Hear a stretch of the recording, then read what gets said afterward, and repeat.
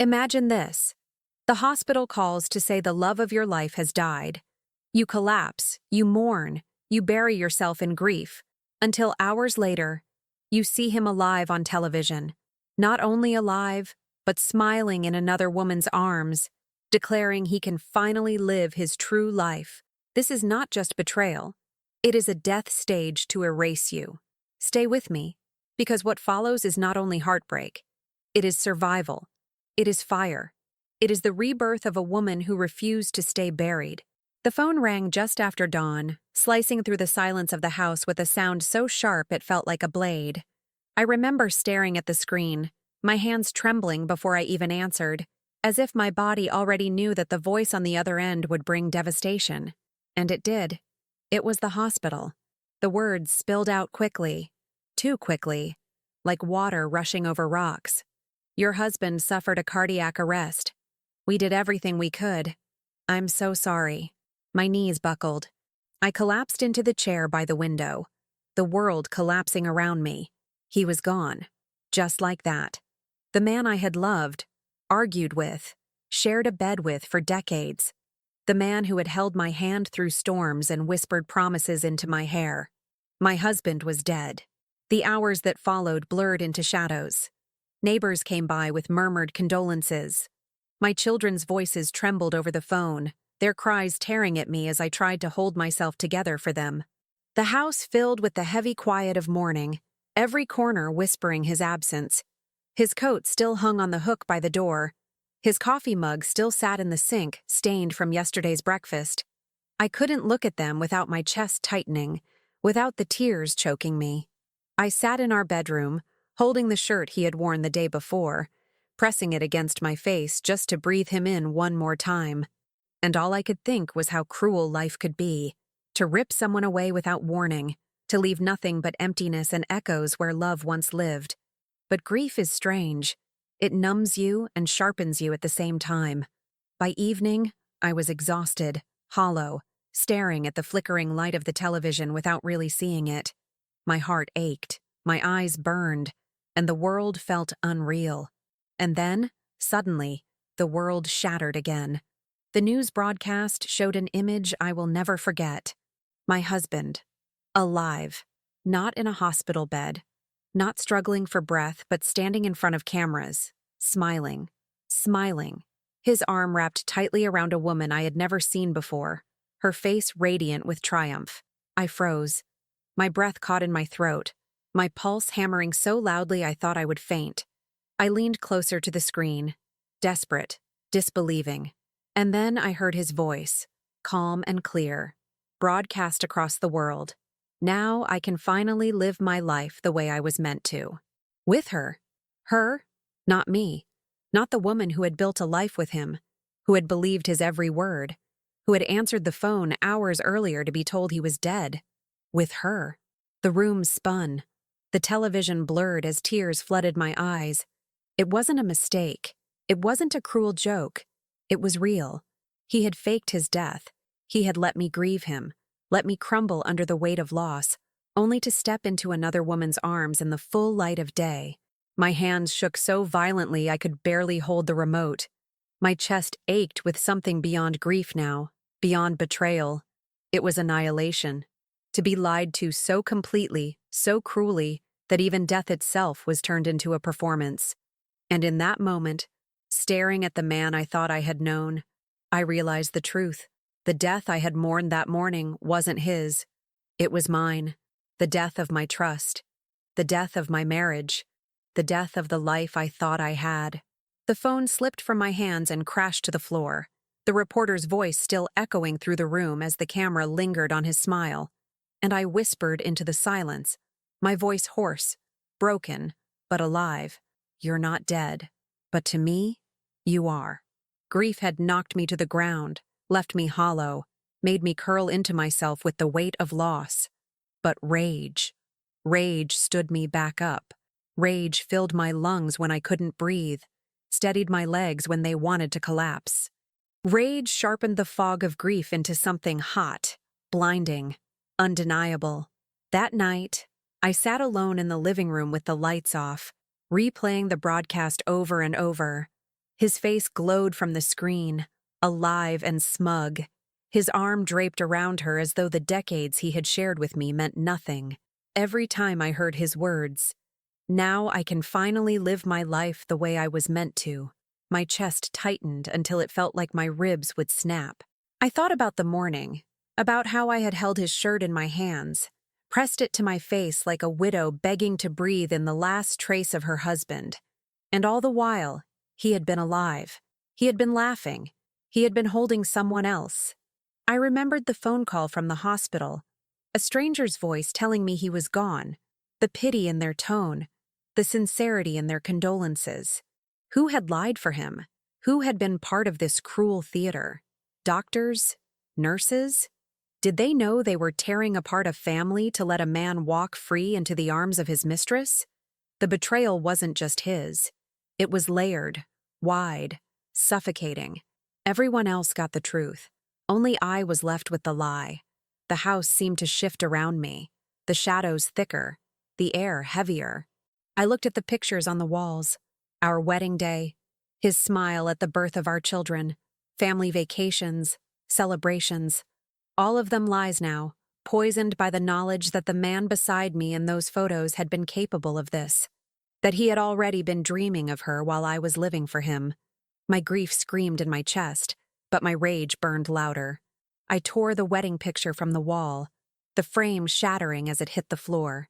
I ripped open drawers, pulling out his shirts, his ties, his belongings, objects that once carried comfort but now reeked of deceit.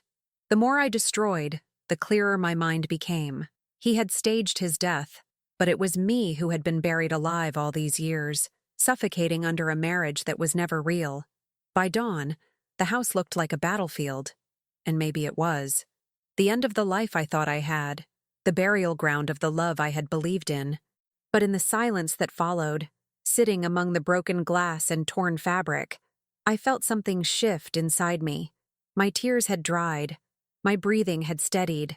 And for the first time since the phone rang the day before, I didn't feel weak. I felt alive, because grief had chained me.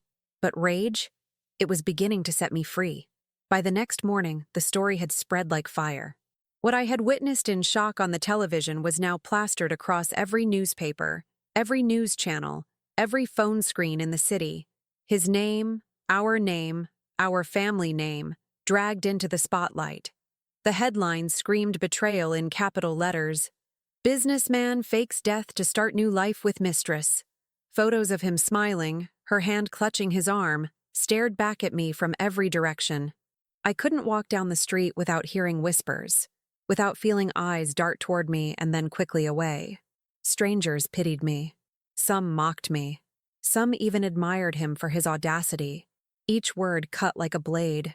My phone rang nonstop. Friends, neighbors, even distant relatives I hadn't heard from in years. All of them wanting to confirm the story, to offer sympathy, to ask questions I couldn't bear to answer. My children called in tears, their voices breaking as they demanded to know why their father had done this, what he had been thinking, how he could abandon not just me but them. I had no answers, because how can you explain madness? Everywhere I turned, his betrayal followed me. On television, commentators dissected his actions like it was some twisted strategy, debating whether it was selfishness or brilliance. On social media, people shared the clip of him laughing with her, thousands of comments praising his freedom or condemning his cruelty. And through it all, I sat in the ruins of my home, drowning in a humiliation so complete it felt like a second skin. I couldn't even grieve in private anymore. His death, his lie had become public property. My pain was no longer mine. It was entertainment. The worst part was the way some people looked at me, not with compassion, but with judgment. As though I had been complicit in his deception, as though I had failed to hold him, failed to see the signs, failed as a wife. Their pity burned hotter than their cruelty, because I had loved him, truly, blindly, with everything I had. And now, that love had been turned into a punchline. The scandal grew larger with every hour. Reporters showed up outside my door, cameras flashing, microphones shoved into my face. "Do you have a statement?" Did you know about the affair? How do you feel about your husband abandoning you? Their voices merged into a single roar, suffocating, relentless. I slammed the door, pulled the curtains tight, but even inside my own home, I could hear the hum of voices outside, waiting like vultures. The man who had once whispered to me about forever had not only betrayed me, he had made me a spectacle. My grief, my humiliation, my life laid bare for the world to consume. And in the midst of that storm, one thought echoed louder than all the noise. If he had chosen to fake his death and destroy me in the process, then he had already buried the life we had built. And maybe it was time I buried him too, not in mourning, but in memory, because I could not escape the scandal, but I could decide who I would be in it. The scandal had already taken my name and twisted it into a headline, but the true weight of his betrayal wasn't in the newspapers or the flashing cameras outside my home. It was in the quiet moments, the ones no one else could see. It was in the way the house groaned at night, every creak of the floorboards reminding me of the man who used to walk those halls. It was in the bed that felt like a coffin, cold and wide, a space carved out for someone who had chosen to vanish from it. The weight pressed hardest when I began sifting through the things he had left behind. I told myself it was necessary, that I needed to put his clothes in boxes, that I needed to clear his presence from my home to breathe again. But every drawer I opened was like opening a wound. His shirt still carried his cologne, that musky scent I had once buried my face into when I craved comfort. His shoes still sat neatly by the door, ready for a man who would never walk back through it. His handwriting was etched across sticky notes and receipts, proof of a life that had once felt ordinary. But what broke me wasn't the clothes or the scent or the notes. It was the documents, the hidden files I found in the bottom of his desk drawer, locked away as though he knew someday the truth might claw its way to the surface. Plane tickets, hotel reservations, letters. They weren't dated from weeks ago or even months. They went back years. The discovery crushed me with a force I wasn't prepared for. This hadn't been a sudden affair, a reckless decision made in the chaos of midlife. This had been his second life all along, running parallel to mine, shadowing every moment I thought was ours. While I was raising children, paying bills, cooking meals, keeping our home alive, he had been weaving another existence with her. Trips I thought were for work had been escapes to her arms. Nights when he claimed exhaustion had been nights spent planning a future that didn't include me. I had not only been betrayed, I had been erased, and it made me question everything. Did he smile at me in photographs knowing he would soon be smiling with her? Did he kiss me goodnight while planning his next morning with her? Did he ever truly see me? Or had I been nothing more than camouflage, the cover for the life he was too much of a coward to live openly? The weight of the discovery was suffocating. I felt it pressing on my chest when I woke, digging into my bones when I tried to sleep. It followed me into every room, whispering that the life I had given everything to was built on lies.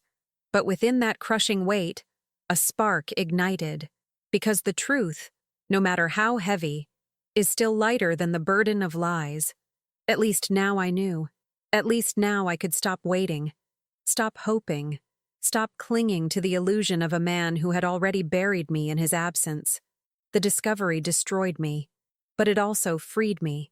Because once you see the truth laid out in ink and paper, you can never go back to the darkness of denial. And I knew then, the weight was not mine to carry anymore. It was his. Grief had knocked me down. Humiliation had dragged me across the floor. But rage stood me back up and handed me a weapon. It wasn't the blind, destructive fire of throwing plates against walls or screaming until my throat gave out. No, this rage was quieter, colder, steadier. It was survival. In the days after I uncovered the documents, after the scandal grew louder outside my front door, I found myself walking differently, straighter. My shoulders no longer curved inward under the weight of shame, because the shame wasn't mine. It belonged to him. To the man who had staged his own death, to the coward who had thought he could erase me with one performance and one press conference. I began to see rage not as destruction, but as clarity. It reminded me of every sacrifice I had made, Every year I had devoted to a marriage that turned out to be smoke and mirrors. Rage forced me to remember the long nights when I worked double shifts so we could pay the mortgage, while he was spending that time with her. Rage brought back the birthdays he missed, the excuses I accepted, the quiet disappointments I swallowed to keep the peace. All of them, stacked one on top of another, forming the foundation of a life that was only mine to hold. And I realized something that shook me to my core. I had survived him long before he ever faked his death. I had survived his absences, his lies, his silences. I had survived the way he withered away in my arms but came alive in someone else's. I had been surviving him for years. I just hadn't named it. So I decided to channel the rage into survival, into reclaiming myself. I closed the curtains not to hide from the world, but to shut out their noise and focus on my own voice. I stopped answering calls that came with pity in their tone. I stopped reading the articles that turned my devastation into entertainment. I began writing instead, pages of memories, of truths, of everything I had endured. Not for him, not for them, but for me. Proof that my story was bigger than the one he had written me into. The rage also taught me boundaries. When my children asked me how I was holding up, I stopped lying. I stopped saying I was fine. I told them the truth, that I was shattered, that I was angry, but that I was standing. And in their eyes I saw something new, respect. Not for the woman who had endured quietly, but for the woman who finally spoke her pain out loud. Every scream I didn't let out in his face, I released into words, into walks that stretched for miles, into the quiet decision to rebuild a life he had tried to bury. Rage wasn't tearing me apart. It was stitching me back together. Because sometimes survival doesn't come from forgiveness or healing. Sometimes survival comes from fire, from fury, from looking at the ashes of your old life and saying, I will not burn with it. And that was the moment I realized. He may have faked his death, but I was the one who had been resurrected. Rage had become the fire that kept me alive, but clarity came with it. And clarity led me deeper into the ruins he left behind, where every shattered piece of our life hid another truth he had buried. I thought I had already uncovered enough. His affair, his staged death, his brazen display on television. But what I found next showed me that his betrayal wasn't spontaneous. It wasn't the reckless act of a man consumed by passion. No, it was calculated, planned, scripted down to the last cruel detail. The documents in his desk drawer were only the beginning. With the help of a lawyer and a close friend I trusted, I began digging into records, accounts, contracts. And what emerged was a map of deception stretching years into the past. He had been preparing for this death for longer than I dared imagine. Quietly, he had liquidated assets, funneled money into offshore accounts under false names. He had sold pieces of our future one by one, transferring the wealth we had built together into shadows I could never reach. He hadn't just abandoned me emotionally. He had dismantled the very ground beneath my feet. But it went further. Among the files were insurance policies, carefully updated, some bearing signatures I recognized as mine, but had no memory of signing. Forged. He had forged my name. The hospital call, the one that shattered me, wasn't a mistake. It was part of the plan. He needed me to believe. He needed the world to believe, because only then could he disappear without consequence. And the cruelest detail of all? The woman beside him wasn't new. She had been there for years. Receipts proved it. Trips I thought were business-related were romantic escapes. Phone bills showed calls at hours when I had been asleep, her number saved under a false name. Even birthdays and anniversaries I thought he had simply forgotten had been spent with her. The hospital, the news broadcast, the public scandal, it had all been orchestrated. He hadn't stumbled into betrayal. He had built it. He had engineered it. Every smile he gave me in the months before, every word of comfort, every lie whispered into my ear, it was all part of the theater, part of his grand exit. And knowing that was worse than the betrayal itself, because betrayal can be explained by weakness, by a moment of temptation, by human failure. But planning? That was cruelty. That was intention. That was a man who had looked at me, at our children, at the life we had built, and decided he would burn it all to live his lie out loud. I sat with those documents spread across the table, the proof of his plan laid bare in ink and numbers. For hours, I didn't move. The weight of it threatened to crush me, but beneath the weight was a steel I hadn't felt before. Because if he thought he could fake his death and erase me, he had underestimated the woman he left behind. I wasn't the grieving widow he wanted the world to see. I wasn't the discarded wife he thought he could silence. I was the witness to his crime, the one holding the evidence of every step he had taken. And for the first time since that morning phone call, I felt something stronger than grief, stronger than rage. I felt power. I had rehearsed the confrontation in my head 1,000 times. Sometimes I imagined screaming until my voice broke, forcing every neighbor, every reporter, every stranger to hear the pain he had carved into me. Other times, I pictured silence, standing in front of him with nothing but my eyes, letting the truth I carried weigh heavier than any words. But when the day finally came, it wasn't planned. It happened suddenly, raw, brutal, as if life itself had chosen the moment. It was in the lobby of a courthouse, of all places. I had gone there with my lawyer to begin the process of protecting what little remained of my name, my children's inheritance, my dignity. I was prepared for paperwork, not for him. But fate has a cruel way of placing the wound in front of you just when you've learned to stop touching it. And there he was. Not on a screen, not in photographs, not in the whispers of gossip around town. In flesh, breathing, smiling faintly, as though the last time we had spoken hadn't been through a hospital lie that declared him dead. He was taller than I remembered, though maybe it was just the arrogance that straightened his spine. And she was with him. Always with him, her hand curled around his arm, her chin tilted high, daring anyone to question her place by his side.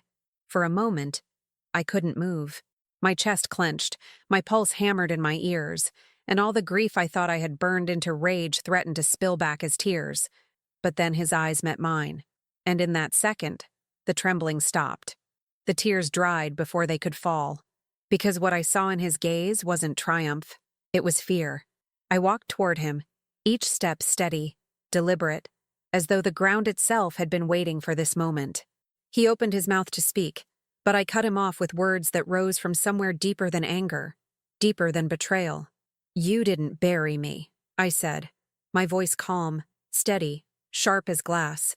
"You buried yourself." The lobby fell silent around us. People turned to look, whispers stirring, but I didn't care. The world could hear me. Let them. You staged your death. You paraded your lies. You thought you could erase me, erase us, erase everything we built together. But look at you now, reduced to hiding behind her arm, reduced to the spectacle of your own cowardice. You are not free. You are exposed. His face twitched, the mask slipping. He tried to reach for words, excuses, but I didn't let him. Not anymore. I pulled the folder of documents from my bag. The tickets, the bank transfers, the forged signatures. I pressed it against his chest, hard enough that he had to take a step back. "This is who you are," I hissed. "Not a man who loved. Not a man who lived. A man who lied. A man who stole. A man who will never be remembered for anything but betrayal." For the first time, he had no smile, no words, just silence. And in that silence, I found victory, because the confrontation wasn't about winning him back, or even destroying him. It was about reclaiming myself, reclaiming my voice, reclaiming the woman he thought he had buried under his lies. I turned then, leaving him standing in that lobby, his mistress still clutching his arm, but looking at him now with doubt, suspicion, cracks forming in the perfect image they had tried to build. And with every step I took toward the door, the weight on my shoulders lifted. The day I confronted him wasn't the day I got answers. It was the day I stopped needing them. I believed the confrontation in the courthouse would be the final act, the last page of a book written in betrayal. I had spoken my truth, thrown his lies back in his face, and walked away with my head unbowed. But life, cruel and relentless, still had one more twist waiting for me, one I never could have predicted. It came a few weeks later, in the form of an envelope slipped under my door. No name, no return address. Just my name written in a hurried scrawl. My hands trembled as I opened it, half afraid it would contain another cruel reminder of the man who had destroyed my life. Inside were documents, faded copies of contracts and receipts. But at the top, one detail stopped my breath cold. It wasn't just my husband's name that appeared on them. It was hers, the woman, his so-called true love, the one he had staged his death to run away with. As I spread the papers across the table, the story began to unravel in ways I never imagined. Accounts drained in her name, properties transferred, signatures that weren't his, but hers. She hadn't just been part of the plan, she had been leading it. The mistress wasn't simply a bystander in his betrayal. She had been his partner in deception, and perhaps more than that. She had been deceiving him too. The receipts told a story of money hidden not for the two of them, but for her alone. Luxury apartments in another city, jewelry, vacations, accounts stacked in secrecy. While he had thought he was building a new life of freedom at her side, she had been building her own escape route. He wasn't her prize. He was her fool. The twist hit me like a storm. For so long I had imagined her as the thief, the woman who had stolen my husband's heart, my home, my future. But now I saw her differently, not as his great love, but as his reflection.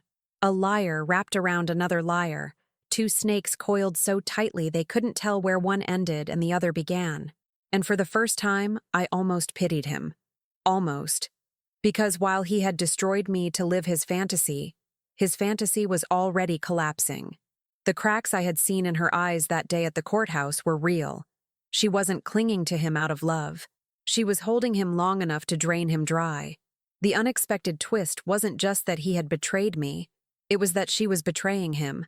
I sat there for hours, staring at the papers, the weight of irony pressing down on me. He had faked his death to escape me, to escape the life we had built. And in doing so, he had run straight into the arms of someone who was preparing his own death, his financial, emotional, and spiritual demise. And in a way, it was justice. Not the kind handed down in courtrooms or shouted in confrontations, but a quieter, crueler kind.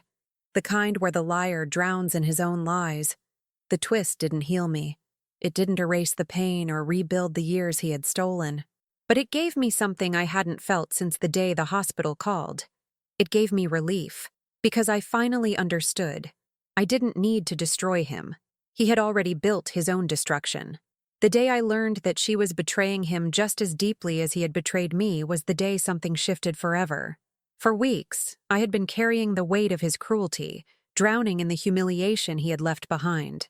But now, sitting with the papers spread across my table, I felt the burden loosen, piece by piece. Because the truth was undeniable. I didn't need to punish him. Life was already doing it for me. I thought back to the woman who had stood by his side in front of the cameras, smiling as though she had won some great prize. I remembered the way she touched his arm in the courthouse, her chin lifted with defiance, daring the world to question her place beside him. And now, I saw the truth. She wasn't standing by him because of love. She was standing by him because of what she could take. That was the moment my rage began to cool, replaced by something harder, sharper. Clarity. He had chosen her over me. He had destroyed a life with me to build a fantasy with her. And yet, the foundation of that fantasy was already rotting beneath his feet. He wasn't walking into freedom. He was walking into a trap. And suddenly, I no longer felt like the abandoned wife. I felt like the survivor. The turning point wasn't loud or dramatic. It happened in the quiet of my kitchen, with the evening light slanting across the table, the envelope lying open like a verdict. I realized that my life didn't have to end where his lies had left me. His choices didn't have to define me. The scandal, the humiliation, the betrayal, none of it was mine to carry anymore. I had carried him for too long, carried his silences, his secrets, his absences, his shame. And now I saw him clearly. A man undone by his own lies. A man devoured by the very woman he thought had saved him. And for the first time since the phone rang with news of his death, I smiled. It wasn't a cruel smile, not a triumphant one, but the small, steady smile of a woman who had finally stopped drowning. I began to make changes. Small, deliberate, symbolic. I packed away the last of his belongings and set them by the door, not to return to him, but to erase his presence from my home. I walked into our bedroom and stripped the bed, replacing the sheets with ones he had never touched. I looked at the photographs still hanging on the walls, and one by one, I removed them, not to destroy them, but to free the space for something new. The house felt different after that. Lighter, warmer. It was no longer haunted by his ghost. It was mine again. The turning point was not about revenge. It was not about justice. It was about reclaiming myself. And as I stood at the window that night, looking out into the quiet street, I whispered words meant only for me. You tried to bury me, but I was the one who rose. When I look back now, at the ashes of the life I once believed in, I no longer see only ruin. I see survival. I see a woman who was pushed into a grave her husband dug with lies, and who climbed out of it, scarred but alive. The day the hospital told me he was dead, something inside me truly did die. The woman who trusted without question, who believed that loyalty was enough, who gave without ever keeping count, that woman was buried in the silence of that phone call. But the woman who rose from the wreckage, the woman who faced the cameras, the humiliation, the documents, the confrontation, she is someone else entirely. Someone stronger, someone freer. I used to think betrayal defined me, that I would forever be the wife left behind, the woman who was fooled, humiliated, discarded. But betrayal does not define the betrayed. It defines the betrayer. His name is etched in scandal, his face remembered for deceit. My name, though dragged through the mud, carries something he will never have: resilience. The final twist, that she was using him all along, gave me something no revenge ever could: peace. Because it showed me that he never escaped anything. He didn't run into love. He ran into another lie. He thought he was burying me, but in truth, he was burying himself deeper. His life now is nothing but a cage of his own making, built from deceit and guarded by a woman who saw him not as a soulmate, but as a means to an end. And me? I am free. I am free from the silence that once choked me, free from the lies that shadowed my every step, free from the weight of a man who could not see the worth of the woman standing beside him for decades. I am no longer his widow, no longer his wife, no longer his substitute. I am simply me. There are scars, yes. Nights when the memory of that phone call still jolts me awake, when the sound of the news anchor's voice still echoes in my head, when I remember holding his shirt against my face and believing he was gone. But scars do not mean weakness. They mean survival. They mean I lived through the fire and came out on the other side, marked but unbroken. So now, when I light a candle in the quiet of my home, it is not for him. It is not for us. It is for me. A small flame flickering against the dark, steady and unyielding, whispering that I am still here. And as the flame glows, I speak words I once could never imagine saying. You faked your death to escape me, but in doing so, you gave me life, and now I am finally free to live it.